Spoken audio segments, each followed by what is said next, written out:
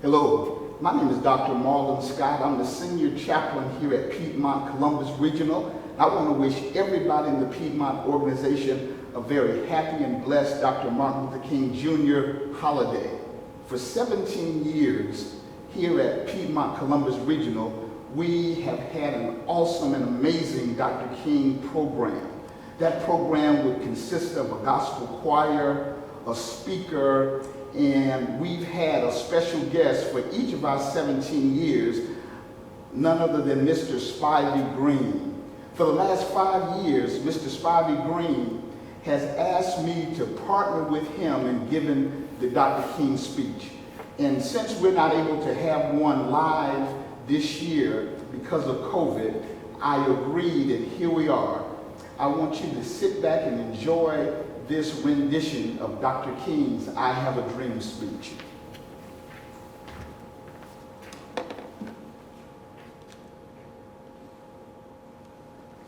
I am happy to join with you today in what will go down in history as the greatest demonstration for freedom in the history of our nation.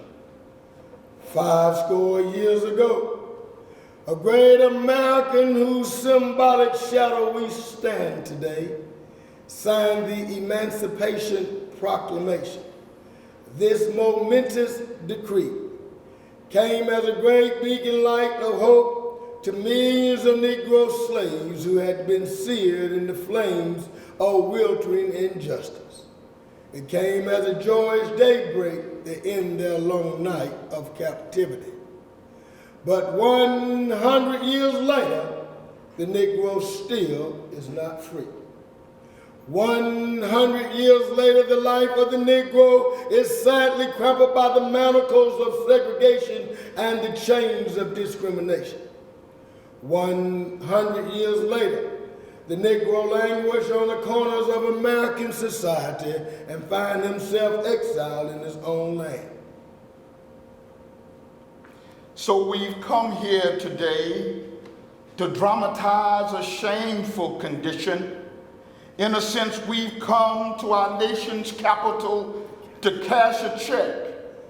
When the architects of our republic wrote the magnificent words of the Constitution and the Declaration of Independence, they were signing a promissory note to which every American was to fall heir.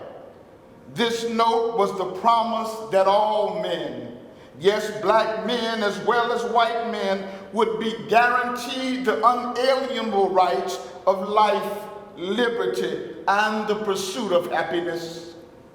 We have also come to this hollow spot to remind America of the fierce urgency of now. This is not the time to engage in the luxury of cooling off or taking the tranquilizing drug of gradualism. Now is the time to make real the promises of democracy. Now is the time to rise from the dark and desolate valley of segregation to the sunlit path of racial justice. Now is the time to lift our nation from the quicksand of racial injustice to the solid rock of brotherhood. Now is the time to make justice a reality for all of God's children.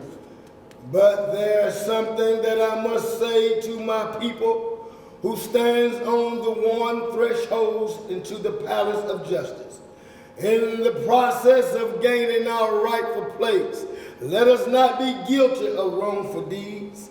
We must forever conduct our struggle on the high plane of dignity and discipline. Again and again, we must meet physical force with soul force.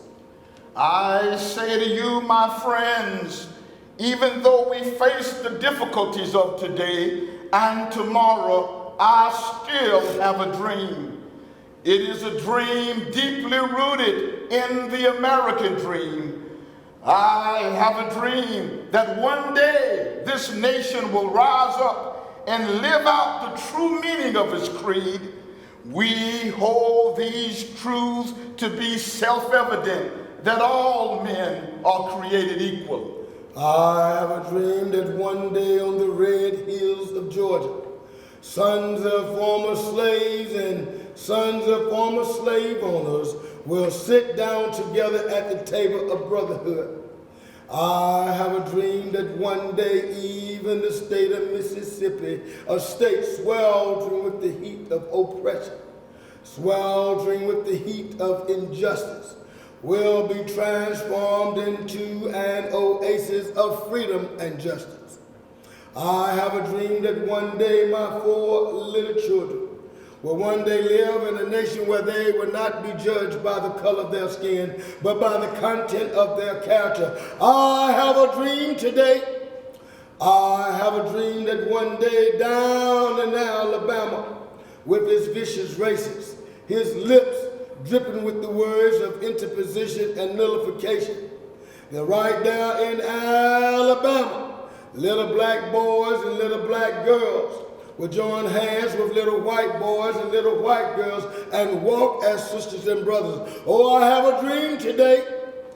I have a dream that one day every valley shall be exalted and every hill and mountain made low. The rough places will be made plain and the crooked places will be made straight. And the glory of the Lord shall be revealed, and all flesh shall see it together. This is our hope. This is the faith that I go back to the South with.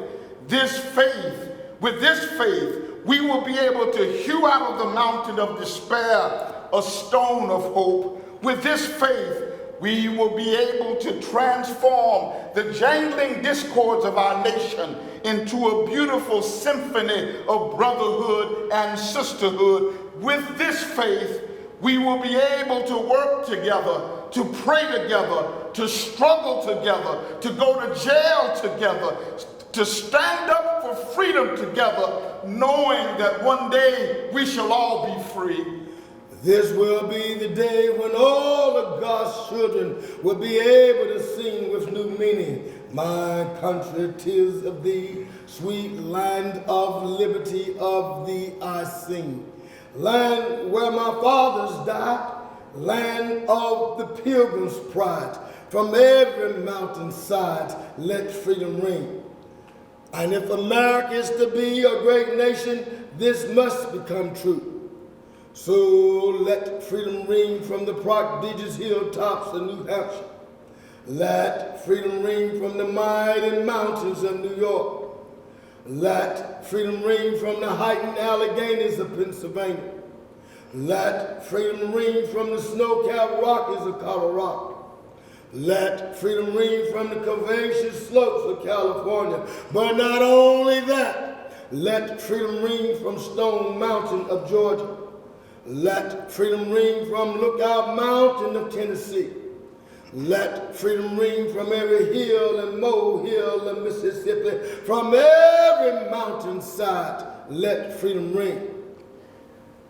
And together, when this happens, when we allow freedom to ring from every state and city, when we let it ring from every village and hamlet, we will be able to speed up that day when all of God's children, black men and white men, Jews and Gentiles, Protestants and Catholics, will be able to join hands and sing in the words of an old Negro spiritual. Free at last, free at last, thank God Almighty, we're free at last.